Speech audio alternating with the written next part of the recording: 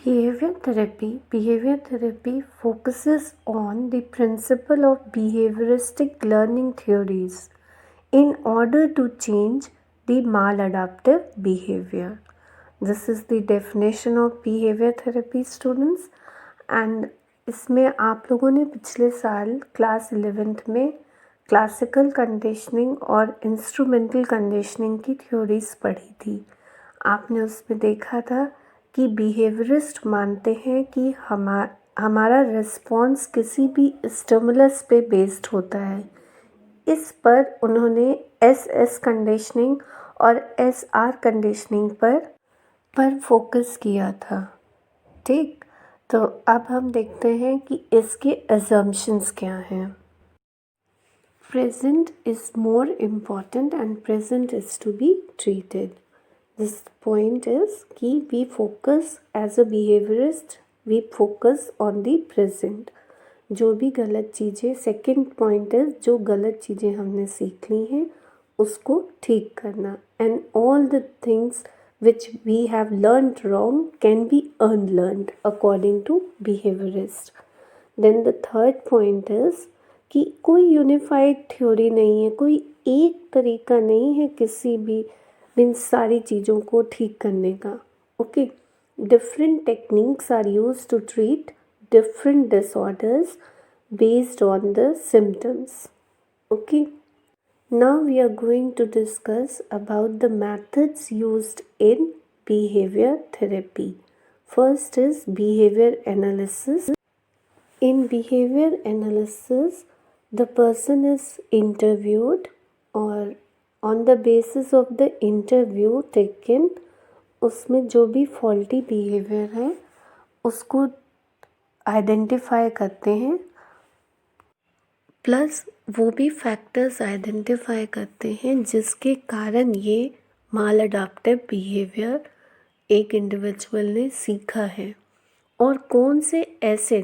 Next is identifying maintenance factors, that is कौन से ऐसे फैक्टर्स हैं जिसके कारण ये बिहेवियर अभी तक परसिस्ट कर रहा है। तो इन सब चीज़ों को आइडेंटिफाई करते हैं सबसे पहले behaviourist. After identifying all these 3 factors, the behaviourist aim at removing these faulty behavior and substituting them with the adaptive pattern. okay, ताकि जो गलत सीखा है उसको ठीक कर सकें। तो antecedent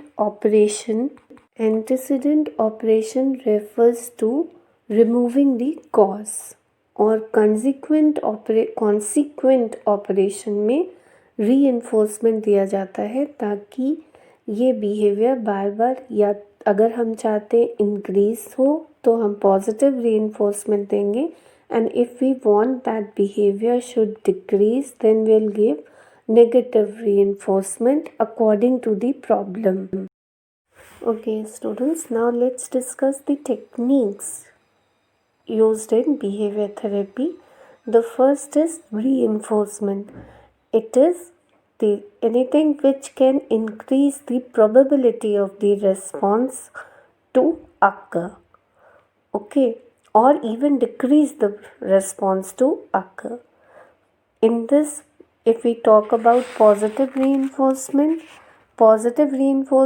means desirable response is followed by positive outcome, यानी कि जो चीज़ हम चाहते हैं उसको हम पॉजिटिवली रीइंफोर्स करेंगे। For example, if we want that a child should sit at his place, तो जब भी बच्चा वो अपनी जगह पर बैठेगा तो हम उसको टॉफ़ी या किसी भी तरीके का रीइंफोर्समेंट देंगे। Negative reinforcement refers to undesirable response is followed by disliked outcome, है ना। कोई भी चीज़ जो हम नहीं चाहते हैं कि बच्चा ना करे तो उसके लिए we will give him punishment और negative reinforcement. Differential reinforcement refers to the reinforcement through which unwanted behavior can be reduced, that is by giving negative reinforcement, and wanted behavior can be increased simultaneously. So that sort of reinforcement is called differential reinforcement, जिसमें एक साथ ही जब बच्चे ने सही response किया तो उसको टॉफ़ी दी और जब नहीं दिया तो punishment the. Now let's talk about token economy. It is based on positive reinforcement. It is sort of a deal between the client and the therapist.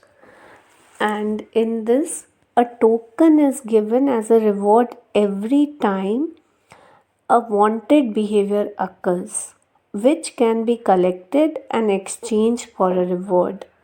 मतलब इसमें जब बच्चा या क्लाइंट कोई भी ऐसा बिहेवियर करता है which we want him to do, then we give him a token और वो टोकन से वो रिवॉर्ड एक्सचेंज करता है.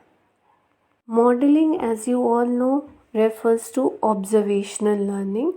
हम बहुत सारी चीज़ें देख कर सीखते हैं and that is one of the method which is used in behavioural therapy, and it is also known as vicarious learning. It is also known as imitation learning. Next technique is systematic desensitization. This technique was developed by Wolf to treat phobias. Phobias को ठीक करने के लिए ये technique बनाई गई थी. It operates on the reciprocal inhibition principle.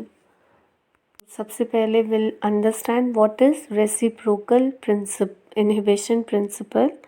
ये एक ऐसा सिद्धांत है जिसमें कहा जाता है कि हम दो कोई भी म्यूचुअली अपोजिट फैक्टर्स एक साथ प्रेजेंट नहीं रह सकते. ऐसा नहीं हो सकता कि हम रिलैक्स भी हों, हम नर्वस भी हों.